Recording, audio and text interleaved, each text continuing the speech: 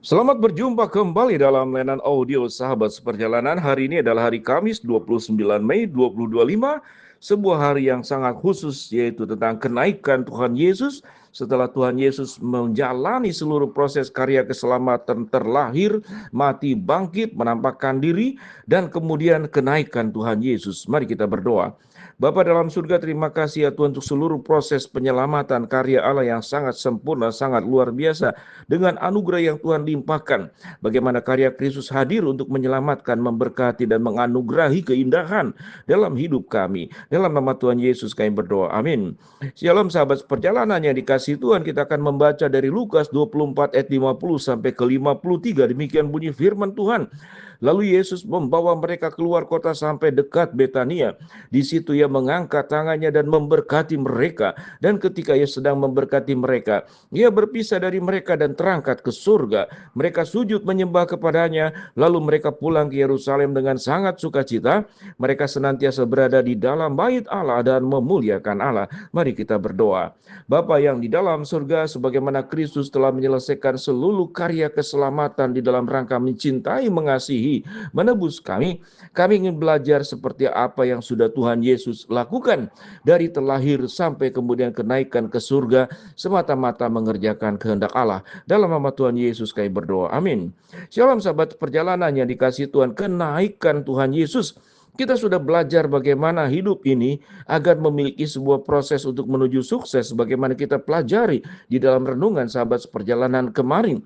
Apa yang dilakukan oleh Yesus? Yesus bisa menyelamatkan kita tanpa lewat proses, tapi Yesus melakukannya melewati yang namanya proses.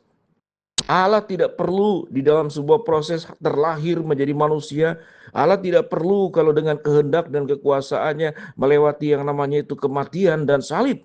Tetapi Tuhan menanggung, karena kalau Tuhan Yesus tidak datang ke dalam dunia menanggung seluruh dosa-dosa manusia di dalam dunia ini, maka dosa itu akan tetap melekat di dalam diri kita, dan dosa itu akan membawa kepada kematian kekal. Maut itu akan menjemput kita, dan kita akan benar-benar terpisah selamanya dari Allah.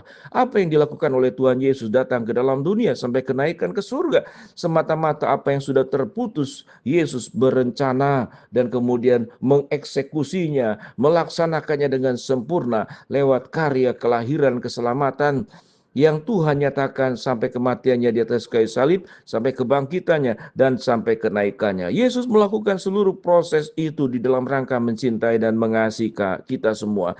Sahabat seperjalanan, ayat 50 dikatakan, lalu Yesus membawa mereka keluar kota sampai dekat Betania.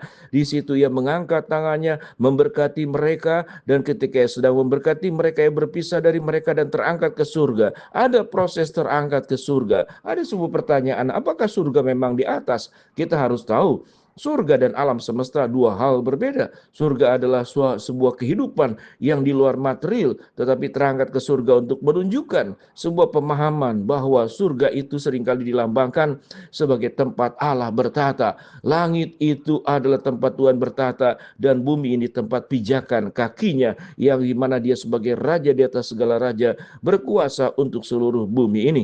Sahabat seperjalanan, dan ketika ia sedang memberkati mereka, ia berpisah dari mereka dan terangkat ke surga. Kita boleh belajar di dalam hal ini bagaimana Yesus secara sempurna melakukan seluruh tindakan kasih-Nya untuk menyelamatkan setiap kita masing-masing. Tidak pernah ada yang namanya setengah-setengah atau berhenti di tengah jalan. Sampai bagian ini, mari sahabat seperjalanan kita belajar dalam hidup ini. Sesulit apapun kehidupan yang kita hadapi, sesulit apapun problem yang kita harus lewati, kita harus percaya bahwa kita mampu menyelesaikannya dengan baik, sebagaimana Kristus sudah menyelesaikan seluruh karyanya sampai naik ke surga. Apa yang dialami oleh Yesus naik ke surga dengan kekuasaannya, itu akan nyata juga kepada setiap kita masing-masing. Kenaikan Tuhan Yesus memberikan sebuah pelajaran kepada setiap kita masing-masing. Satu hari kelak nanti, hidup kita tidak selamanya dalam dunia ini. Kita akan naik ke surga. Bagaimana Yesus akan datang kedua kali menjemput setiap kita masing-masing. Dengan pemahaman seperti itulah, biarlah kita boleh mengerjakan seluruh proses kehidupan ini dengan sebaik-baiknya, dengan sungguh-sungguh, dengan kebenaran, dengan kekudusan, dengan ketulusan. Problem sesulit apapun, dengan bersandar meyakini satu hari kelak nanti seluruh kesusahan, penderitaan, problem dalam hidup ini akan berakhir. Suatu kita nanti akan diangkat oleh Tuhan Yesus yang akan kedua kali menyongsong dengan para malaikat yang menyambut kita, dan kita akan berada di rumah Bapa di surga. Ayat 52 sampai 53 dikatakan, mereka sujud menyembah kepadanya. Lalu mereka pulang ke Yerusalem dengan sangat sukacita. Kalimat sangat sukacita tentu. Ini sesuatu yang di atas kegembiraan, di atas kesukacitaan dunia. Tapi sukacita yang kekal, sukacita dengan janji Allah yang akan datang. Kalau kita membaca di dalam Yohanes 14 ayat pertama sampai ketiga, bahwa Yesus terangkat ke surga akan menyediakan tempat rumah Bapa di surga. Sehingga di mana aku berada, kamu pun berada. Ayat 53 dikatakan mereka senantiasa berada di dalam bait Allah dan memuliakan Allah. Tentu gambaran ini tidak hanya setiap kita sahabat seperjalanan tiap hari harus ada di gereja, tetapi artinya setiap hari kita tahu dengan jelas rumah Bapa yang ada di dalam dunia, di dalam bentuk fisik gereja, gedung gereja, itu adalah gambaran dan menjelaskan tentang rumah Bapa di surga yang digambarkan dalam Wahyu 21. Jalannya terbuat dari emas, setiap dindingnya itu dilapisi oleh 12 batu permata yang berbeda-beda.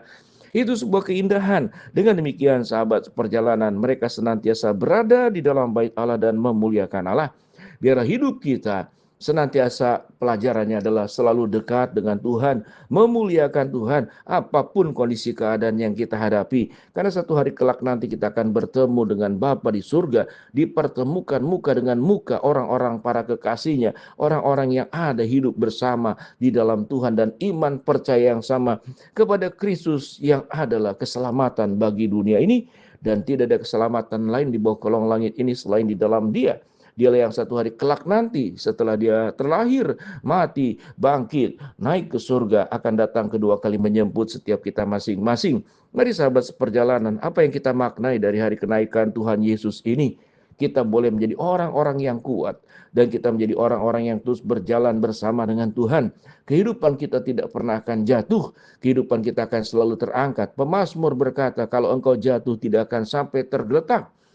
Sebab Tuhan menopang kita, dan Tuhan akan menuntun kita menjadi pribadi-pribadi melewati kemenangan dengan kemenangan. Mari sahabat perjalanan, persoalan hidup apa yang sedang kau hadapi saat ini, yang membuat engkau lemah, yang membuat engkau khawatir, yang membuat engkau takut, yang membuat engkau tidak berdaya, yang membuat engkau rasa tidak sanggup lagi menjalani kehidupan ini. Pandanglah Yesus yang sudah lahir, mati, bangkit, naik ke surga, akan menjemput kita pada saat dia kedatangan dia yang kedua kali. Dengan iman percaya seperti itulah, sesulit apapun kehidupan yang kita lewati saat ini, mari tetap hidup di dalam kebenaran, mari tetap hidup di dalam percaya kepada Allah, Allah yang maha kasih, Allah yang maha sempurna, Allah yang maha kuasa akan menolong kita menjadi pribadi-pribadi yang menang dalam kehidupan ini.